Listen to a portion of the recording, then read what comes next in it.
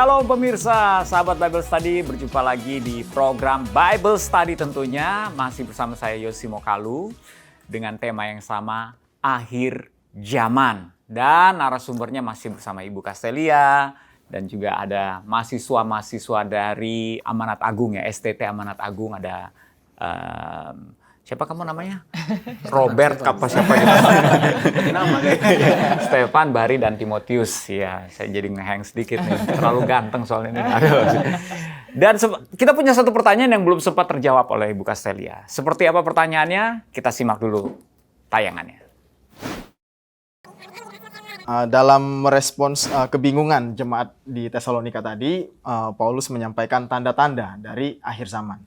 Nah, salah satunya adalah kemunculan manusia durhaka yang Ibu sampaikan juga dikaitkan dengan antikristus. Nah, sebenarnya antikristus ini sendiri, siapa sebenarnya mereka, Bu, orang-orang ini?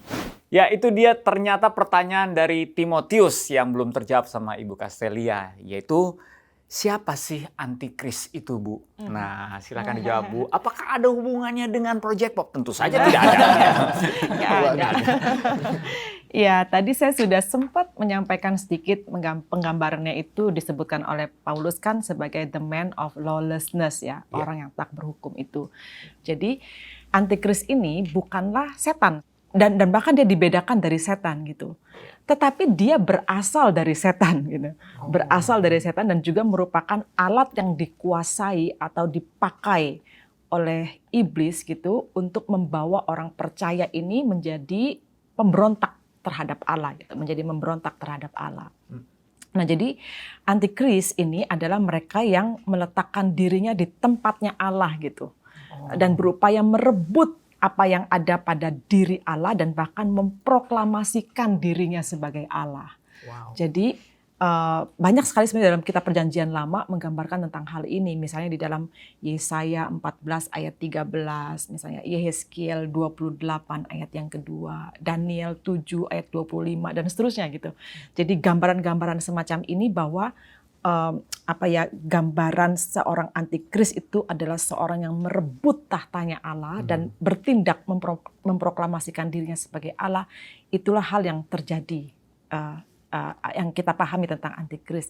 Nah, kenyataannya saat surat ini dituliskan, Paulus mengatakan bahwa apapun dan siapapun antikris itu saat ini sedang ditahan menurut dia. Makanya dia tetap mengatakan bahwa konsisten mengatakan ini belum keluar gitu, ini belum ada gitu kan, belum saatnya dikeluarkan kira-kira begitu. Jadi tapi suatu saat akan keluar gitu dan pada waktu yang tepat, pada waktu yang ditentukan oleh Allah. Dan itulah yang disebut dengan end of the day. Itu kalau kalian baca di ayat 2, ayat 6 sampai ayat 8 dari pasal kedua ini kamu temukan hal itu, bahwa itu yang disebut dengan akhir zaman. Itu yang disebut dengan akhir dari segala sesuatu. Nah, dari ayat 9 sampai 12 Paulus mencatat metode apa yang digunakan oleh antikris ini gitu kan, atau the man of lawlessness ini dalam menyebarkan kejahatan di dunia ini dan menghancurkan manusia atau meliding manusia itu untuk memberontak kepada Allah. Kan dia harus punya cara kan untuk melakukannya gitu. Nah, karena dia berasal dari setan, dia berasal dari iblis, maka sesungguhnya antikris ini sudah bekerja sangat lama dan tidak terlihat.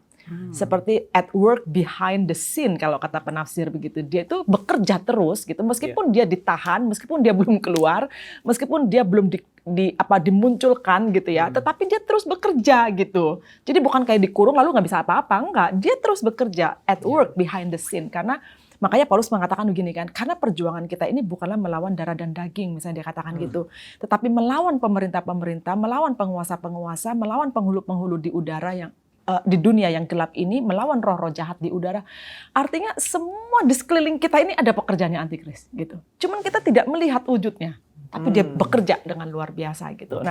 Nah, setan itu mendapatkan pengikut karena yang dilakukan dalam metode yang muncul itu adalah membuat mujizat-mujizat gitu. Mujizat-mujizat palsu atau counterfeit miracle gitu ya. Sesuatu yang dibuat oleh mereka untuk menggoda atau membujuk atau mencobai gitu orang-orang untuk kemudian meninggalkan Tuhan yang sebenarnya, Allah yang sejati, karena mujizat-mujizat itu gitu. Jadi hal ini perlu diuji dengan benar. Setan mengkaryakan berbagai bentuk tipuan jahat. Itu misalnya ya, obat-obat terlarang, minuman keras, penyimpangan seksualitas, kemudian perjudian, perzinahan, dan semua yang menghasilkan luka, sakit hati, dan kehilangan kita lakukan gitu. Itu kan kerjanya siapa gitu? Ya kerjanya the man of lawlessness ini gitu untuk membuat kita jadi seperti itu. Jadi pekerjaan setan ini menghasilkan orang-orang yang akhirnya tidak bisa menerima dan mengasihi kebenaran gitu. Itu di ayat 10 kalian bisa lihat itu. Jadi manusia tidak lagi mencintai firman, tidak ada waktu untuk membaca dan mempelajarinya, tidak senang mendengarkan teguran, dan hidup hanya berdasarkan keinginannya sendiri. Itu hasil kerjanya antikris. Gitu ya. Nah, jadi pekerjaan setan ini membawa pikiran kita menjadi penuh dengan hayalan sebenarnya, delusi, dan pada akhirnya kita percaya kepada dusta gitu. Ngeri nggak sih ya? Maksudnya kamu seperti sadar atau tidak sadar tuh dibawa pada keadaan seperti itu gitu. Jadi dusta-dusta seperti kita ini bisa jadi Tuhan bagi diri kita sendiri misalnya gitu. Aku adalah penentu atas hidupku sendiri gitu. Itu kan sering kali ya kita tanpa sadar kita mengatakan demikian, atau hidup aku ini ya milikku sendiri gitu. Jadi mau jadi apa saya terserah saya.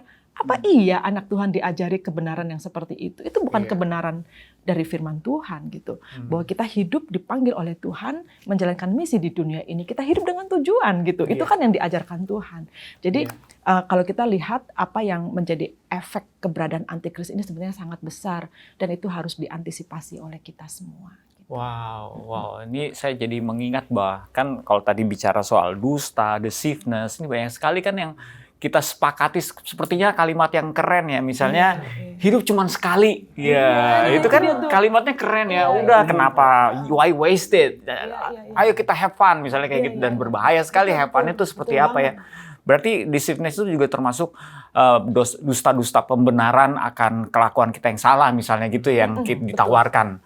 Itu juga bahaya banget ya. Iya, wow. Betul. Jadi kita nggak punya standar kan. Benar. Standar kita adalah diri kita sendiri. Sementara diri kita ini sudah dikelabui oleh the man of lawlessness itu. Ngeri nggak? Buat yang mendengarkan ini penting ya. Jadi berhati-hatilah dengan nilai-nilai yang sepertinya asik, tapi belum tentu itu adalah kebenaran firman Tuhan ya. Oke, sebelum kita bahas lebih jauh, mungkin ada dari teman-teman mahasiswa yang ingin bertanya. Iya. Aku nih mau tanya. Bari, oke. Memang penjelasan kita dalam episode Bible Study kali ini tuh menarik banget gitu. Betul. Sampai mengundang pikiranku sampai masuk gitu ke sana di saat Ibu menjelaskan gitu ya. Jadi aku tertarik gitu, aku meng-highlight di saat Ibu menjelaskan bahwa pada hari terakhir itu banyak sekali mukjizat palsu. Ya kan? Dan kita harus mengujinya dengan baik gitu. Mukjizat palsu itu. Tapi bagaimana atau apa cara kita tuh buat menguji mukjizat itu, Bu? Apa perlu didatangkan pesulap merah? Kan dia membuktikan bahwa sulap-sulap palsu gitu ya. Ini oke nih. Ini menarik ya Bu ya, karena kan gimana cara bedainnya kan kalau sama-sama bisa menyembuhkan penyakit, mana yang dari Tuhan, mana yang dari setan. Iya. Itu bingung loh. Iya kan? Iya, bingung ya. Sebenarnya gini ya, yang harus kita mengerti itu mukjizat itu apa sih sebenarnya ya? Dan kenapa Allah membuatnya juga buat kita? Tapi juga dibuat juga oleh yang bukan Allah gitu kan. Jadi sama-sama memanfaatkan ada satu fenomena namanya mukjizat gitu. Nah, kalau kalian perhatikan bagaimana Yesus setiap kali membuat mukjizat, sebenarnya apa sih tujuan mukjizat itu dibuat? Mukjizat itu dibuat itu kan tujuannya adalah agar Allah dipermuliakan gitu. Jadi bukan masalah manfaat orang ini sembuh atau manfaat orang ini selesai dengan penyakitnya atau orang ini bangkit dari kematian, itu fenomenanya. Tetapi tujuan dari mukjizat itu adalah nama Tuhan yang dipermuliakan gitu. Jadi pada waktu kita mengambil manfaat mukjizat itu hanya demi kepentingan diri sendiri, kesembuhan diri sendiri, kemakmuran diri sendiri, that is not exactly apa yang disebut dengan mukjizat gitu. Karena kamu self-centerednya kuat sekali. Padahal mukjizat itu dimaksudkan agar nama Tuhan dipermuliakan. Itu selalu seperti itu pemahaman mukjizat yang kita pahami. Jadi pada saat ya kita didoakan, misalnya kita sakit ya, lalu kemudian kita sudah berdoa lama. Bukan berarti kamu tidak menerima mukjizat gitu loh.